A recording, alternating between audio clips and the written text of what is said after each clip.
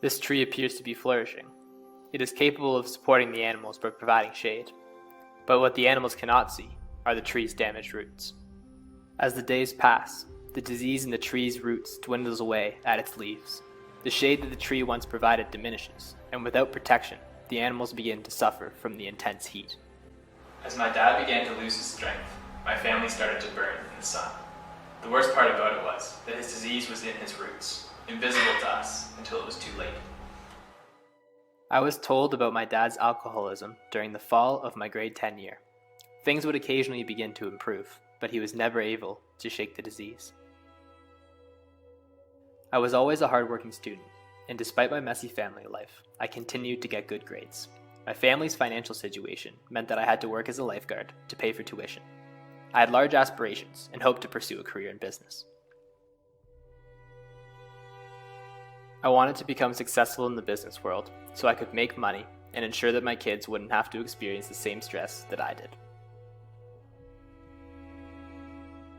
I knew he wasn't healthy, but I didn't know that things could change so quickly. Before I knew it, my dad was in critical condition. He couldn't breathe on his own, let alone communicate. I'm not sure if he could even hear my final words, but I promised him that I would do my best to prevent other people from suffering the same way he did. It was then that I decided I would switch from business to psychology. A career in psychology will allow me to help people who suffer from mental illness.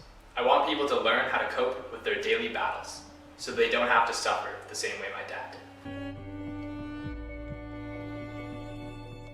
My dad's passing left us with some insurance coverage, but it wasn't enough for us to keep the home that my sister and I grew up in. Moving houses was another change that added stress to our already stressful lives. Focusing on my first year at university became even more difficult.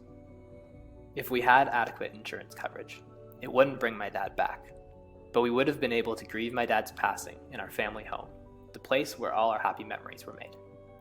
When dealing with grief, financial constraints are the last thing you want to be worrying about.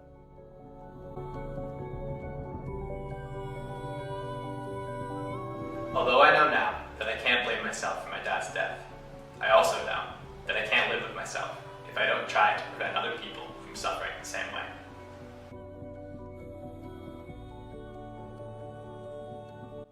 I want to pursue a career in psychology so that I can study ways to prevent addiction, and the Manulife Life Lessons Scholarship will help me achieve my goal.